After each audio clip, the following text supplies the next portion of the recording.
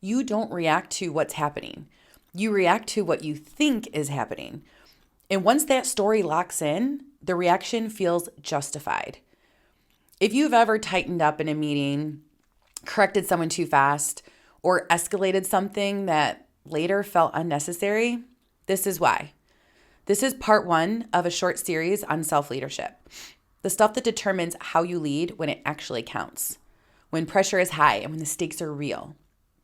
This is about perception. And it can be a blind spot for a lot of capable leaders because most leadership mistakes are really just interpretive errors. A few years ago, I walked into a meeting already on edge, and one person on my team was quiet, arms crossed, right? Not engaging.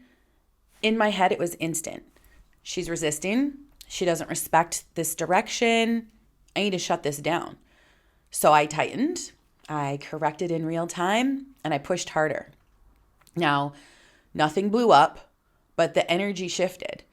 And later that day, someone came to me and said, hey, look, she wasn't resisting. She was overwhelmed and she didn't understand what you wanted. And I remember thinking, shit, I wasn't reacting to her behavior. I was reacting to my interpretation of it.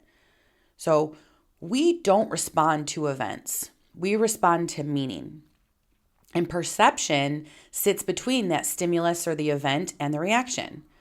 And under pressure, it accelerates, it assigns intent, it labels threat, it narrows your view before you ever choose how to lead. Now, if you believe your first read of a situation is always accurate, sure, maybe sometimes it is, but this series probably isn't for you. Because leadership maturity starts when you question your first story, not later, but in the moment. You cannot lead what you cannot see clearly. So here's the simplest move. Ask yourself two questions.